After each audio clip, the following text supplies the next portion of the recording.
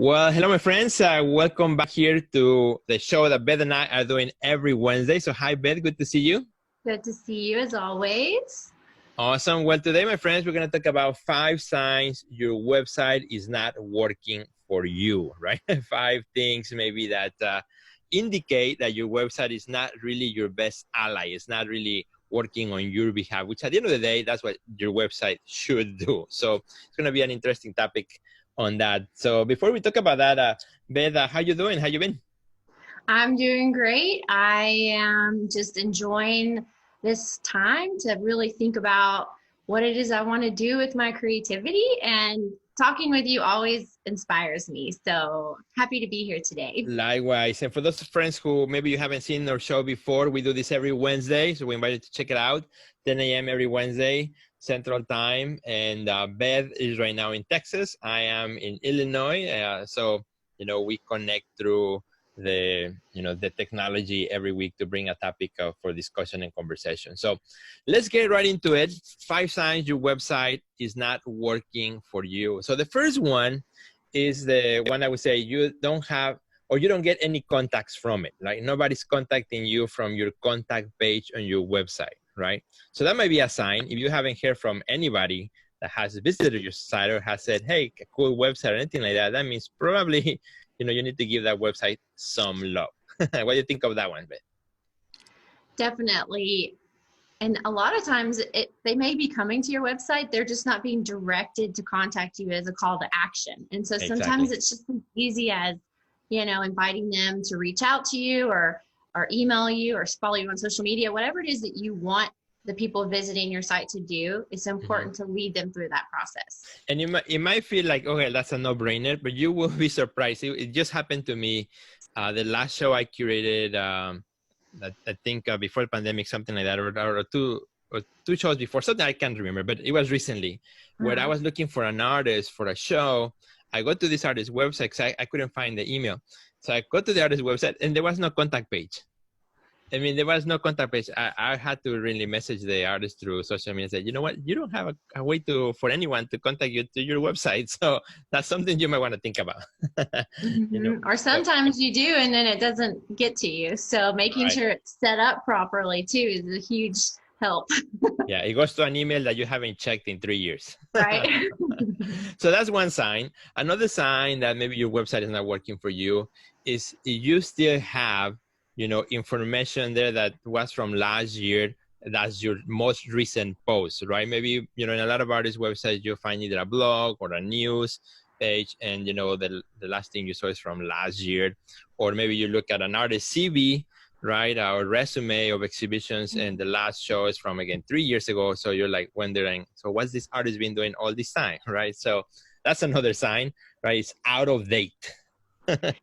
Yes, and I'm guilty of this just because there's so many things to think about that sometimes your blog maybe get less attention or what have you, but yeah, it's important to keep it up to date. Yeah, it happens to everybody. And something I've started to, it happens to me too. Something I started to recommend artists too, and something that I do is like, it doesn't have to be as updated as your Instagram, for example. It's not an up to the minute thing, but as long as, every maybe 4 months or every quarterly, you do a quick update on new works, new things that are happening, so that people who visited again don't feel like, well, this is exactly the same thing I saw, 2 years ago, which I have seen also websites that old. All right. So number 3, nobody has signed up to your email list in ages, right? So maybe you open your website, you set it up so that it had like, your MailChimp thing, so people can, sign up for your list and be part of that. And you haven't seen anybody sign up since you opened your website. So that might be a sign. Yeah, and it's also good to have some type of lead magnet to use to encourage people to sign up, whether that's like an ebook or something. It's kind of free gift or a way to kind of connect with them a little bit more than just simply getting a new subscriber. I think that it's always a good idea to keep that fresh too. Yeah, exactly. And one of the fixes for this one could be also tell people, why would they sign up? Nobody says, hey, I want to get another email in my inbox, right? Nobody. Actually, we all want to say, I don't want more emails in my inbox. So Yeah. what is the reason, that somebody would sign up? What's the benefit more than anything? What they're going to get, and also give them an idea of how many emails you're going to get. I'm always afraid of, if I sign up for this, whatever, in whichever website I am, are they going to email me every day? Because some websites do that, right? And then you ended up unsubscribing after the third email. So if you tell people, I send out an email every month, for example, with new releases, updates, be the first one to see what's coming out of my studio, be kind of specific about what's the exciting thing about participating in that email list that you have versus just email list. Join my newsletter. Well, nobody likes just to get another newsletter. Right. And I think that when you use your email to really connect with your audience and your subscribers in a way that feels more vulnerable or intimate, or however, compared to social media, that it gives people that incentive to want to subscribe, because a lot of times we, find new customers or new followers online on social media. But really, like, if you want to bring them into your world, the best way is to kind of get them moved over into your email marketing and really give them something special that you're not giving away on social media. Exactly. No, I totally agree with that. It's something that I do in my on my email, for example, is I use MailChimp. I think most of us use MailChimp. When one of it is free, so we all like that. But also that now you can also create like a funnel. So a welcome funnel. So when somebody signs up, for example, on my email, on my website, they automatically get an autoresponder, thanking them, and then actually give them a preview. Say, hey, in the next day, you're going to get another email, which will be a more personal. I actually tell them my story through that second email. So it becomes kind of a more relational, and ask them, how they heard from me and so on. And most people actually do reply, with just a one sentence thing, how they heard from me. So that's valuable information. Sometimes, we just haven't signed up to the email, but we don't do anything until the next time we send an email, they might forget it. So we that's a could great do point. a whole episode on email marketing. Oh yes, absolutely. And it still works, right? It still works. So definitely, as you said, is the one thing that's yours. While we are in social media, we're in rented space.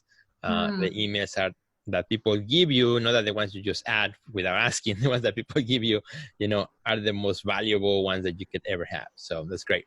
So that was number 3. The number 4 sign your website may not be working for you is maybe you haven't sold anything to your website in ages. Maybe you have your website with all your artwork for sale. Says, Sergio and Beth, I don't sell anything from my website.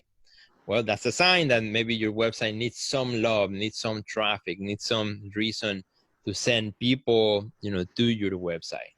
So, Yeah, the way that I use my website is to bring people together, to bring people to my content. And, sometimes you do have to treat it just like you would your social media when you want to really put some momentum behind. Maybe you have a new show or a new series of work or a lot of new works for sale, but you have to change the messaging for sure as far as like how you're getting people interested, because buy this artwork and go click here, I think is kind of a tired call to action, and so I think I love telling stories behind the work itself, because I find that so interesting. Yeah, no, I love that. The story, I think the power of stories, and we have talked about stories before, it's such a wonderful thing. It kind of engages on a specific idea. So that was number 4. And now the last one, the 5th, 5 signs your website may not be working for you, may actually be working against you, is that, and this has happened so many times during openings, when I ask for the artist's website and the artist says, oh, this is my website, but it's a little outdated, or they have an excuse why I shouldn't be, too excited to visit their website. So if you have to apologize before you send somebody to your website, that is a reason why your website may not be working for you. You feel like, it's the ugly child that you don't want to show, right? The ugly side of the car or the house that the bedroom in the house that you don't want your guests to visit, right? Because it's a mess. I'm laughing because I just hear that so yeah, I tell you, yeah, exactly. Please don't go to my website. I'm like, what?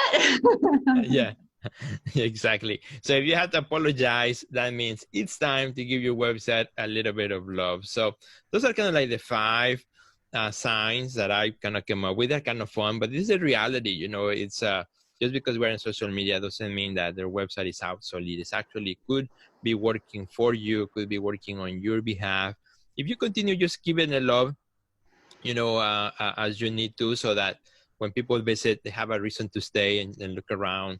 So it has also your personality, so it feels like it's a place where it's Beth or it's Sergio, and not just a cold page with just some pictures. As sometimes we make them like that, and they have no warmth in it. So Right. so for our friends who may be watching right now, hopefully maybe this video might give you one of those reasons to say, maybe I need to give my website some love and bring it up to date, up to 2020 standards as well.